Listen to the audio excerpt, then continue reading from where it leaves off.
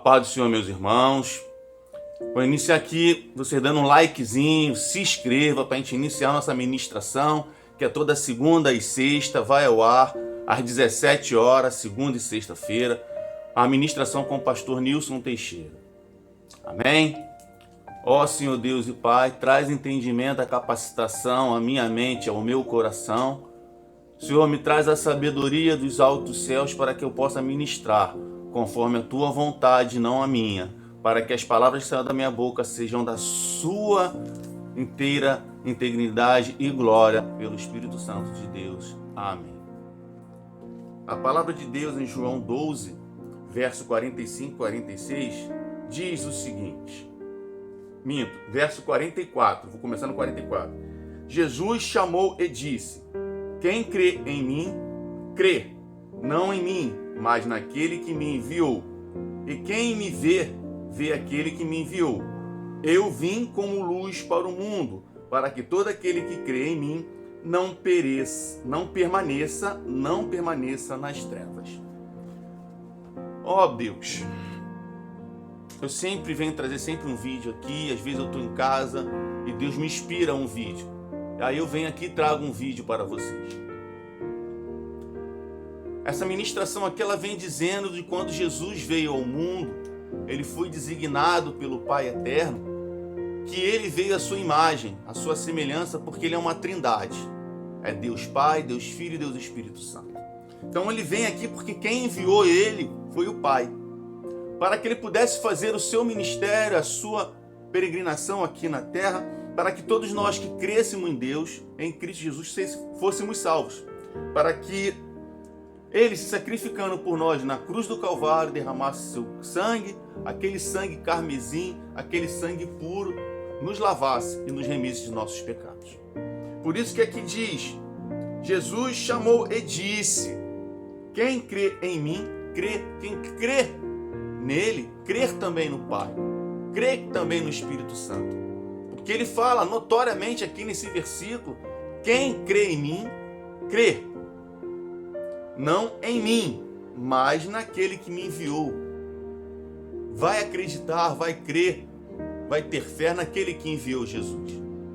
Para que a gente pudesse ter a credibilidade e a atenção de todo o ministério de Jesus, que foram 3 anos aqui, para poder as obras que ele fez, as manifestações que ele fez em todo o local que ele passou, curando, trazendo libertação ao povo, curando coxos, aleijados, cegos, mudos, surdos, curando toda a população. Mas mesmo assim eu tenho o costume de dizer que muitos falavam assim, este é o filho do carpinteiro, José. Muitos não davam fé no que Jesus fazia, porque eles não creem naquele que vem da sua própria pátria. É muito complicado a gente estar na nossa pátria e ser reconhecido como profeta, ser reconhecido como homem de Deus, porque eles olham para o seu passado, olham para a tua genealogia familiar.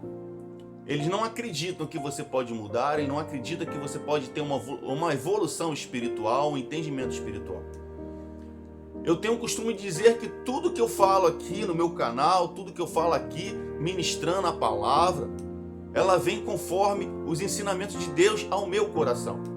Eu não sou ninguém para trazer nada para vocês, porque é Deus que fala comigo ao meu coração. Ele usa a minha boca, usa e me capacita, me dá a sabedoria para entender e falar com vocês. Porque a palavra de Deus, ela é muito complicada. E nessa complicação, todas as vezes nós nos perdemos se a gente humanamente ficar só pensando humanamente em ler a palavra. Nós temos que entregar na mão de Deus para poder Ele nos ministrar os nossos corações, para poder nós sabermos o que vai falar.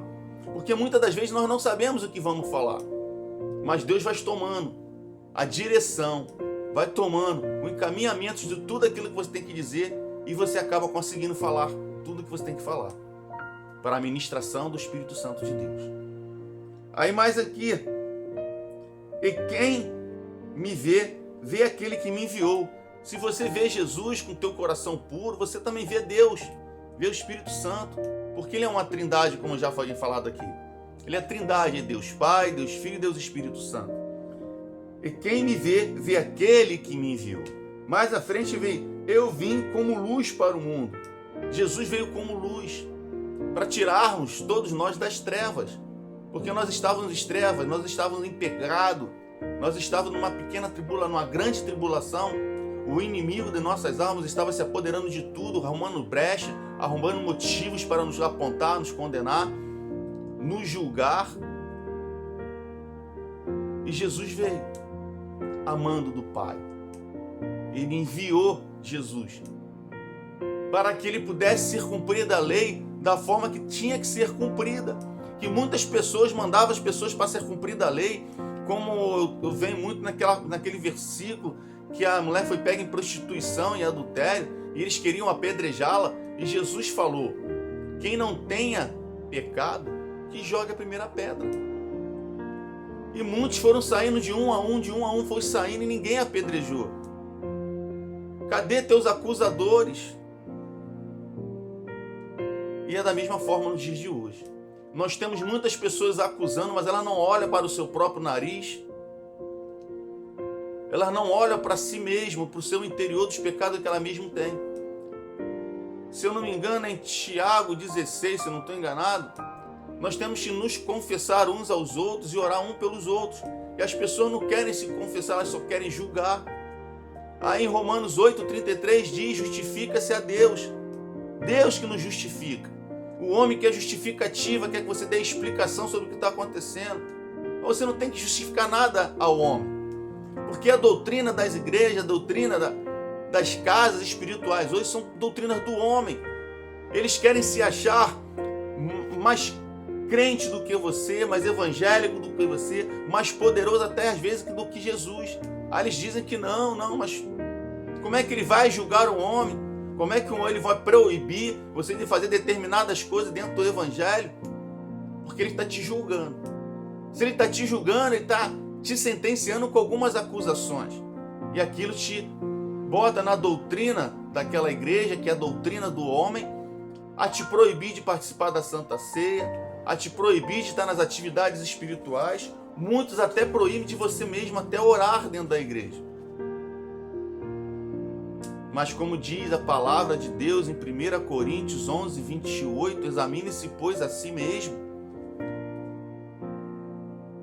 Se é para nós nos examinarmos a si mesmo, para a gente ver os nossos pecados, para que o homem vai ter que nos julgar e nos proibir de alguma coisa? Eu vou também lá em Mateus 5,44. Oremos e perdoemos os nossos inimigos. Vamos orar e perdoar os nossos inimigos.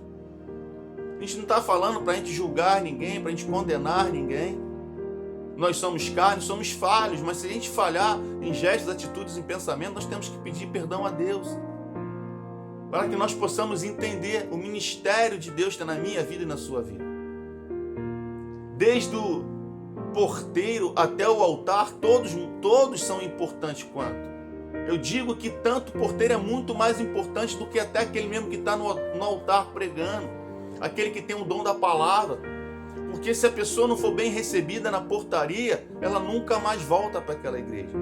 Mesmo que a palavra de Deus seja excelente, vai tocar no coração daquela pessoa, mas ela não vai sentir que foi bem recebida, ela vai procurar uma outra igreja que o trate bem. Ela não vai deixar de se converter, ela não vai deixar de ser semeada aquela palavra no coração dela, mas naquela igreja ela não vai voltar, porque ela não gostou da recepção que ela teve na portaria. E é assim em muitos lugares. Não só, às vezes o pastor entra de bico, não fala com ninguém, está lá no altar se achando que está puro, mas não falou com ninguém na igreja. É complicado. Ele não dá nem atenção, depois diz que é de Deus. É muito complicado, meus irmãos. E não é só vocês que passam por isso, não. Eu, como ministro do Evangelho, também passo essas tribulações, também passo essas batalhas. Essas batalhas é constantemente. Porque o homem tem que entender que só Deus pode tomar decisões dentro da igreja. Tem que se consultar ao Senhor, né? Tomar uma decisão para envergonhar aos homens, porque Deus não envergonha ninguém. A pessoa vai se esperar no santo dia para poder ser julgado naquelas atribulações que ela fez. Afastar a pessoa de algumas atividades pode ser até correto para a pessoa se purificar, em termos de orientação, mas não é bíblico isso, meus irmãos. A pessoa pode até estar em pecado, mas ela tem que ser exortada de uma forma particular, orientada. Você tem que fazer dessa maneira, você não tem que impor nada sobre essa pessoa. Você tem que passar o que está acontecendo para a pessoa chegar, não, vou fazer dessa maneira. Você vai orientar como ela tem que fazer. Não obrigar ela a fazer aquilo que tu queres. Porque Deus mandou o seu Filho para ser luz, para nos tirarmos das trevas. Porque o inimigo das nossas almas, ele nos leva para as trevas, ele nos leva para a escuridão, para nós não conseguirmos enxergar o caminho que nós temos que levar. Por isso que aqui eu novamente vou ler essa palavra. Jesus chamou e disse: quem crê em mim, crê, não em mim, mas naquele que enviou, o Pai. E quem vê, vê aquele que me enviou. Eu vim como luz para o mundo, para que todo aquele que crê em mim não permaneça nas trevas. Jesus veio para que nós não permanecêssemos nas trevas. E nós não vamos permanecer nas trevas, porque o Espírito Santo de Deus está comigo e contigo. E a graça do nosso Senhor e Salvador Jesus Cristo possa falar melhor o seu coração e a sua vida seja abençoada em nome de Jesus. Amém.